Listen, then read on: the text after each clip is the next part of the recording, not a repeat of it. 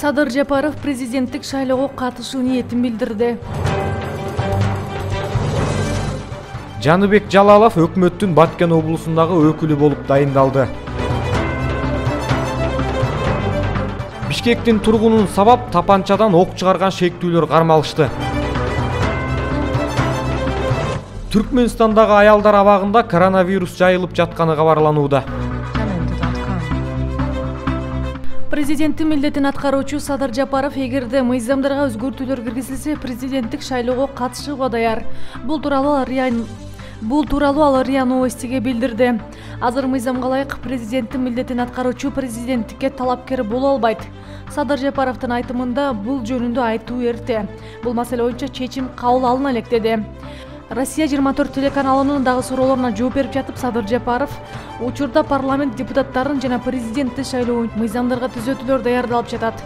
Эгерде мыйзамдагы ушул өзгөртүүлөрдүн натыйжасында шайлоого катышууга уруксат берилсе, мен барам деди. Өкмөттүн Баткен облусундагы ыйгарым укуктуу өкүлү Алишер Абдрахманов кызмат ордунан бошотулуп, анын ордуна Жаныбек Жалалов дайындалды. Тиешелүү буйрукка президенттин милдетин аткаруучу премьер-министр Садыр Жапаровдун колу коюлду. Маалыматка ылайык, күн мурун 17 октябрда өкүлчүлүктүн аппаратында жыйын өтүп, премьер-министрдин кеңешчиси Арзыбек Бурканов тарабынан облустун жаңы жетекчиси облус активдерине тааныштырылды.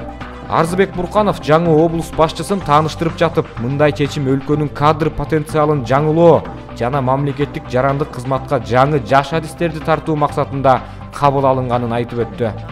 Ал облустун мындан аркы өнүгүп өсүүсүндө Жалаловго чоң жоопкерчилик жүктөлүп жатканын белгиледи. Ал эми буга чейин кыйын кырдаал учурунда облусту жетектеп келген Алишер Абдрахмановго ыраазычылык билдирип, ийгилик каалады. Алишер Абдрахманов кыйын кырдаал учурунда тыгыз иштешип, облустун ар тараптан өнүгүүсүнө салым кошуп, чогуу иштешкен жетекчилерге өкүлчүлүктүн аппаратына ыраазычылык билдирди.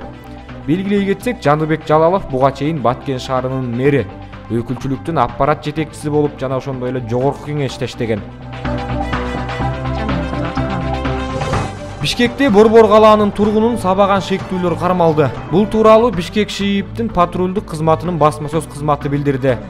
Маалыматка ылайык, 17 октябрь күнү саат 2:00 милиция кызматкерлерине Манас проспектисинде белгисиз адамдар эркек кишини сабап жатат деген билдирүү түшкөн.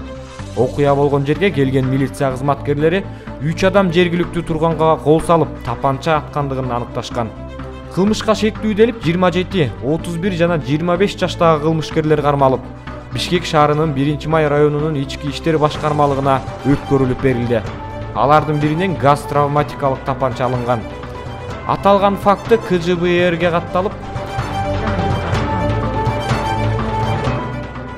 Түркмөнстандын Дашөйгүс облусундагы аялдар абагында COVID-19 белгилери бар оору жайылууда. Бул тууралуу Азаттыктын Түркмөн кызматы өз булактарына шилтеме кылып билдирди.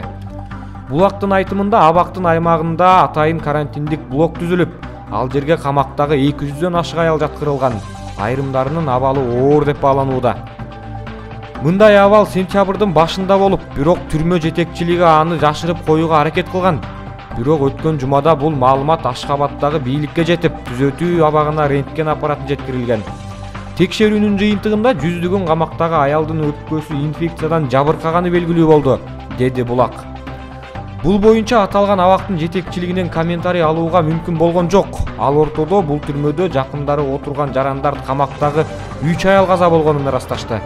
Алардын айтымында аялдардын сөөктөрү үй бүлөлөрүнө берилген жок. Акыркы кездери Азаттыктын Түркмөн кызматы өлкөдө ооруканалар толуп калганын, маркумдардын сөөгү хлорго чыланган чүпөрөктөр оролуп, жерге берилип жатканын, көрүстөндөрдө жаңы жайлар көбөйгөнүн кабарлоодо.